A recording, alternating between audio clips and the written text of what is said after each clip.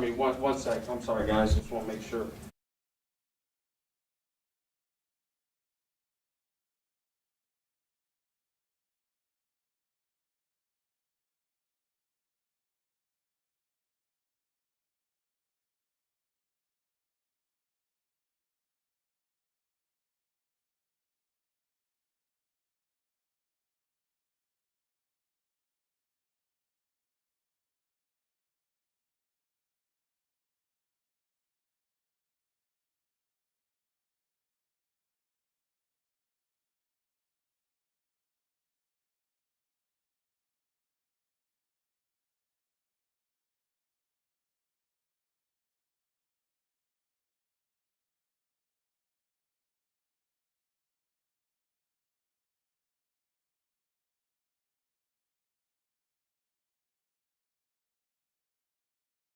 What we're seeing with juggings, the crime trends, a couple things about that.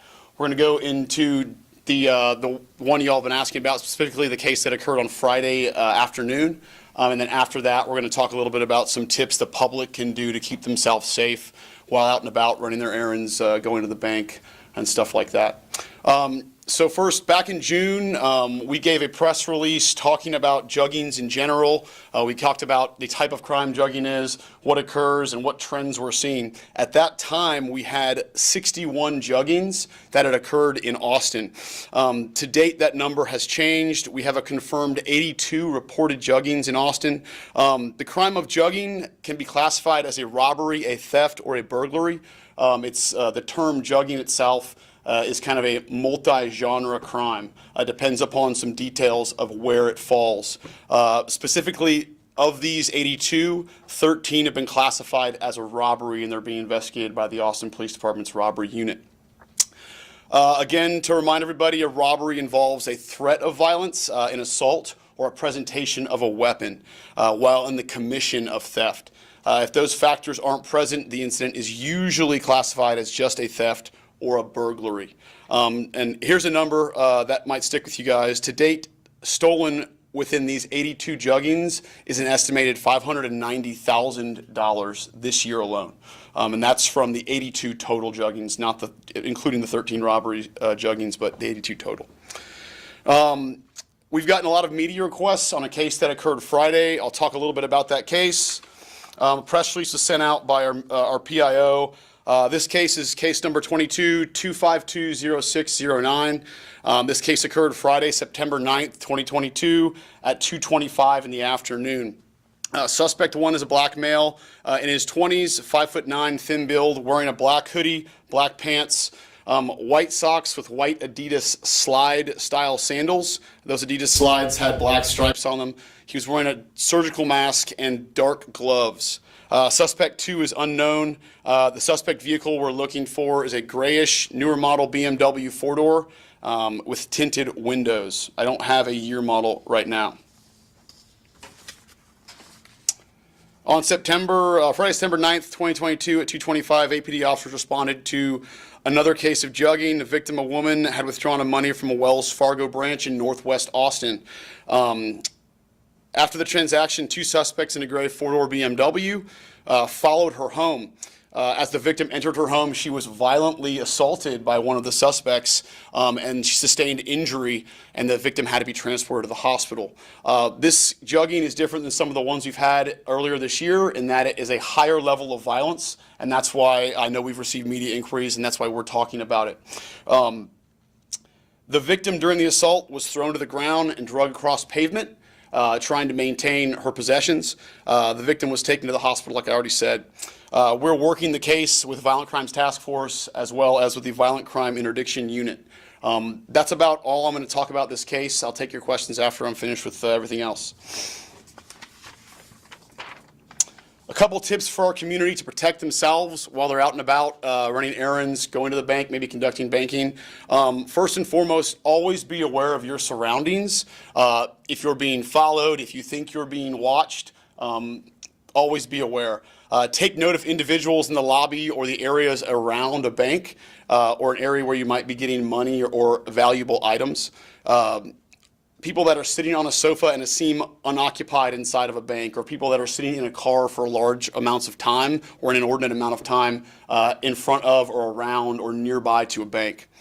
Don't leave anything visible in your vehicle when unattended. Even empty bank envelopes, cell phones, or other items could be considered valuable to someone, a would-be jugging suspect. Remember, as is on the signs everywhere we see in the city, take, hide, and lock. Don't leave valuable things. Don't leave large sums of money in your car. Be aware of the people in line behind you at a bank, or if you're waiting for an ATM, and whether they're following you. Once in a parking lot, be aware of vehicles, like I said, that have been there for too long, or people sitting in the cars for a long period of time. When you leave the bank, and lock your doors while driving. If you fall victim to a crime that stems from your visit to a bank, or you feel meets the jugging criteria, make sure you call 911. Officers need to respond to this, and we need to do as best we can to follow leads that are available at the crime scene.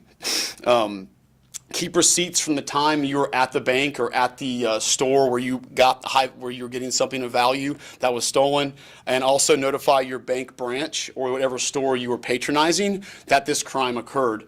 Making partnerships with us and businesses in the community helps us to solve these crimes.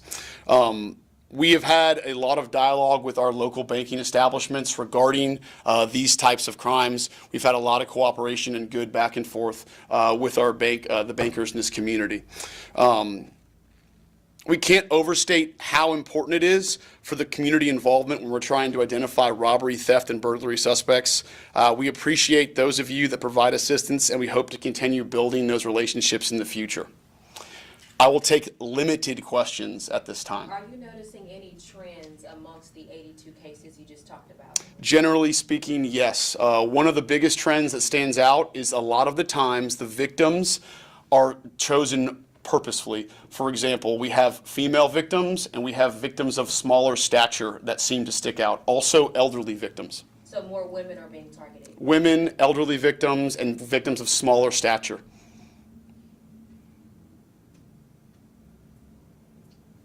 I expected better questions. It was a good question, but I expected a lot of questions. You mentioned that there is 80 this year so far to date, and it sounds like pretty lucrative as far as you mentioned about 500,000. Are these like, do we know if there's like specific business people or why there's so much money out there that's just floating freely, and how you can have tips to kind of bounce around that? In a very general answer, we're seeing a lot of these stem from banks. So you go to a bank, you conduct business, you're followed, and then you're assaulted, or you lock your car and go to another business after the bank errand and your car's broken into. And you come back and, oh, the $10,000 I retrieved or the payroll I went to pay my employees with, it's gone. Yeah. That's what we're seeing. Okay.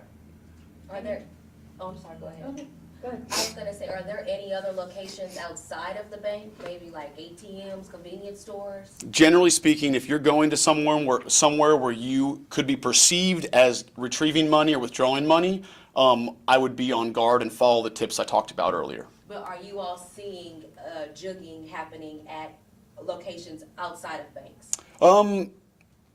The ones that come to mind, and I can't speak to all 82, clearly they're not all assigned to me. What I can speak to is we see quite a bit of actual full banks, large banks like the main branches, Chase, Wells Fargo, Bank of America. And in regards of neighborhoods, at this point, I know, like you said, you haven't been assigned to all the cases, Yeah. but are you seeing more cases up north, like closer to upper suburbs, or we're talking also south side? I'd have to go pull those numbers for you. I couldn't give you a solid answer right now. My question was answered. Thank you. All right. Thanks, guys. Thank you.